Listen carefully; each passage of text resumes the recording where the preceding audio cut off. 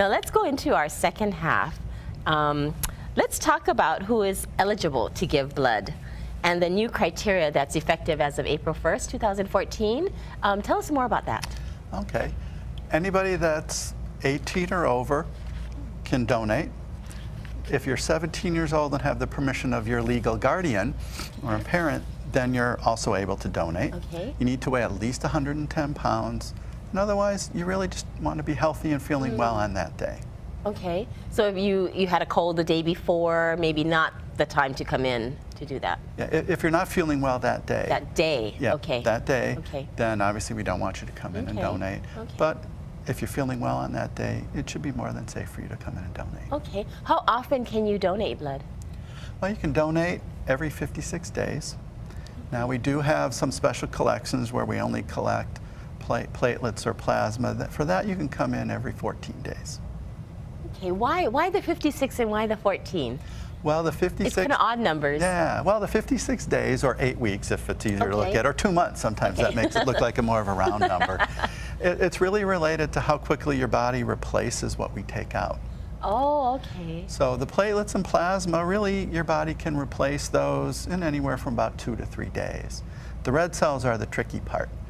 It takes about 4 to 6 weeks maybe for your body to replace the red blood cells, but it can take 6 to 8 weeks to replace the iron that are in those red cells. Oh. So anytime you donate red blood cells, you're going to have to wait at least 56 days. But if it's just platelets or plasma, it's 2 weeks right now. Now, Dr. Nguyen, I've heard it said that 1 pint of blood can save 3 lives. Right. How is that?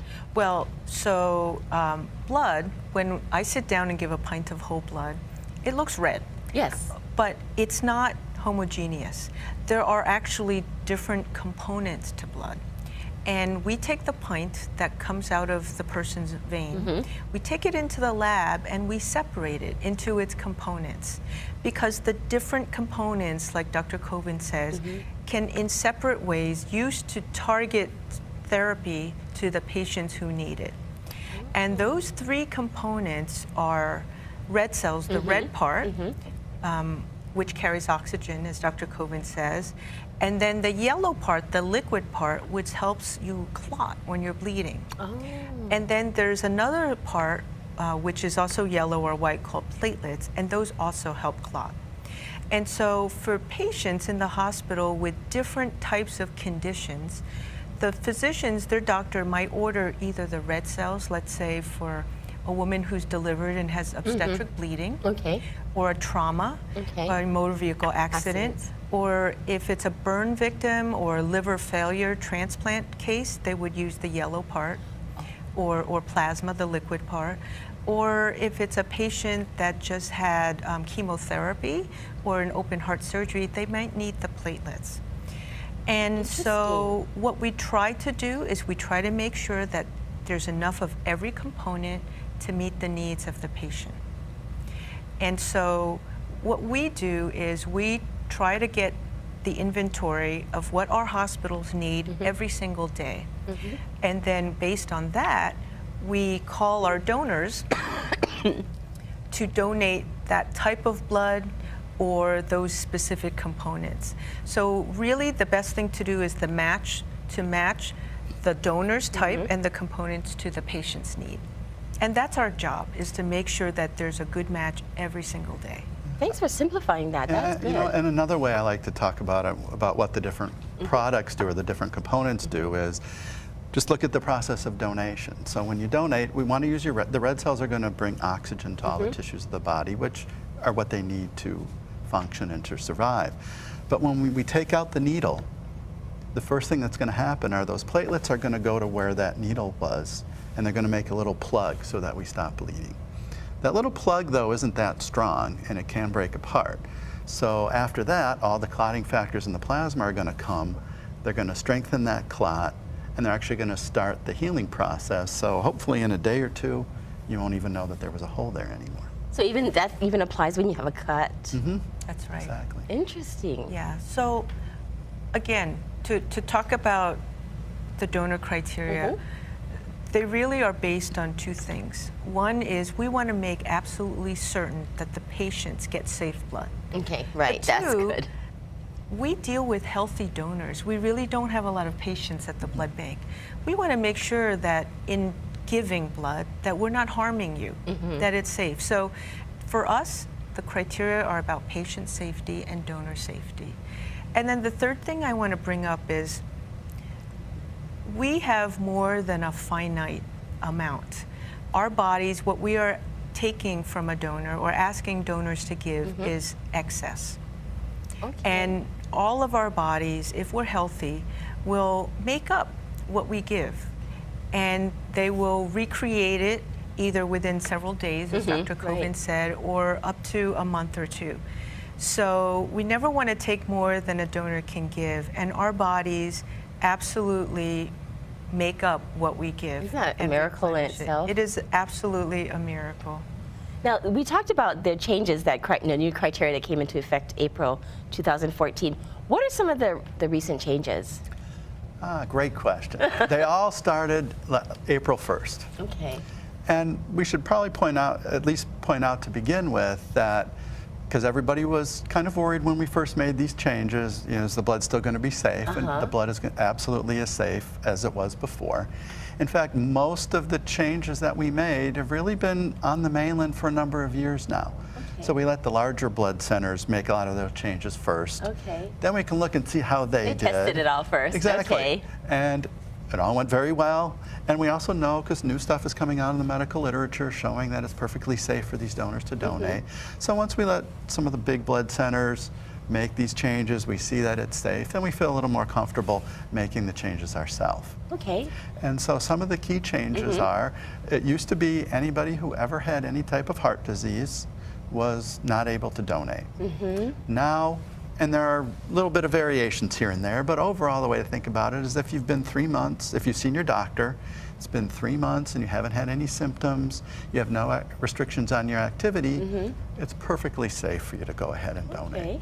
Okay. Pretty much the same thing applies for people who've had strokes or those mini strokes, TIAs. They used to not be able to donate ever once here at the Blood Bank of Hawaii. Now, pretty much it's the same rules. If you've been seen by your doctor, if it's been 3 months and you don't have any symptoms and you have no restrictions on your activity, again, perfectly safe for you to donate. So your doctor can give you the clearance and basically say, you're fine, you can go ahead. Absolutely. And you know, we used to require that somebody's doctor give these things to us in writing. We no longer do that. Our donors are adults. We just have them ask their doctor if it's okay, and then they can report back to it. Report that back to us. Right. You don't need to put it in writing. Right. Yes. Now, what about people with tattoos? That was one of the biggest changes that we've made. It used to be if you had a tattoo anywhere, you had to wait for a year before you could donate. And we know obviously tattoos are very important to the people here, and there's a lot of cultural significance associated to them. Again, even the regulations that we have to abide by state that if the tattoo was put on by a place that's state licensed or state registered, then we don't have to wait the year to donate. So what we say now is if you got your tattoo in a state licensed, state registered tattoo shop, you don't have to wait. You're eligible to donate right away. And again, you're taking the word of the person that's coming in, right? Yes. Because most of the people are pretty good about that. Yes, but really we believe the donor. That whole questionnaire is entirely dependent on the honesty of all of the donors. So we always want to make sure that people tell the truth when they come in. Okay, what about body piercings? Body piercings now fall under the same category as the tattoos do. Okay. We should say there's a couple other things with the tattoos though. You know, even if your best friend is a tattoo artist, if they do it in your kitchen or in the garage, you still have to wait a year. Okay. And people who get the traditional Polynesian tattoos with the reusable bone needles also still have to wait a year. They just don't quite meet the criteria for being able to donate. So they have to wait a year from the date that they had their last tattoo. Exactly. Okay. Okay. So the tattoo issue is really about patient safety because in the past, tattoo needles and inks were reused. And any time that there's blood that can be transmitted, there could be hepatitis. But we now know that regulated tattoo shops do not use reusable needles or ink. They use disposable reagents and supplies. So it's perfectly safe. And again, we weren't out in left field. Many other states have adopted these laws, and so now we're proud to say that Hawaii is one of those states. What about autoimmune disorders? Again, we used to permanently defer and not ever allow anybody to donate if they had an autoimmune disorder like lupus or something like that. But we know that you can't pass along those diseases through a blood transfusion. Those are usually genetic diseases or immune system diseases. We used to be concerned that maybe the antibodies that were causing those diseases could cause a problem in the patient.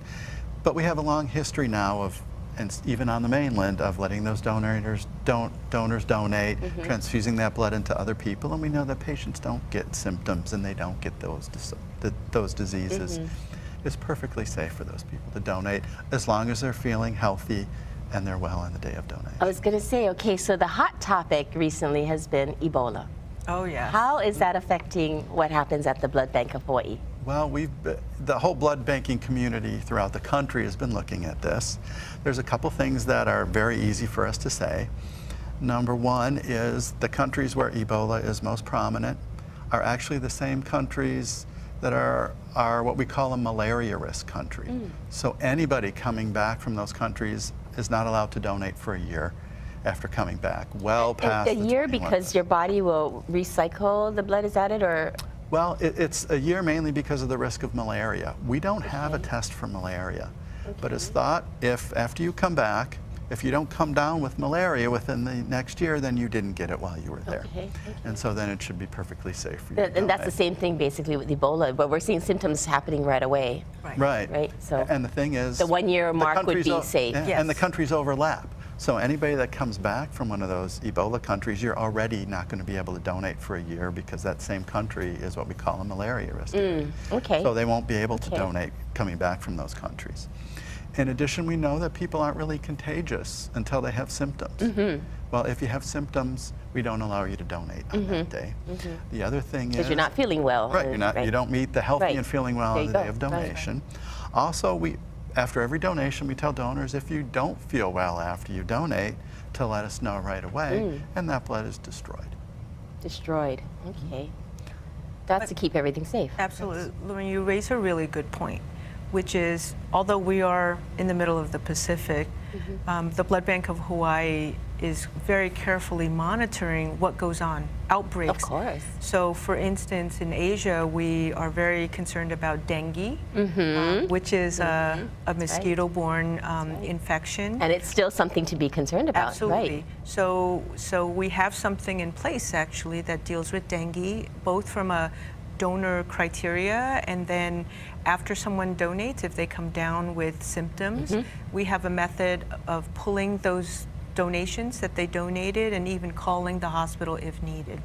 So we are constantly monitoring outbreaks of diseases that could be transfusion transmitted.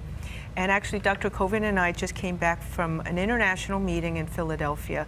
So we want to assure everyone in our state that we're on top of things. And I'm so glad with all this information, I feel so much safer that you two are there in charge. Thank you so much. Please send your comments to TBN P.O. Box A, Santa Ana, California, 92711. You may also reach us at www.tbn.org. Have a wonderful day.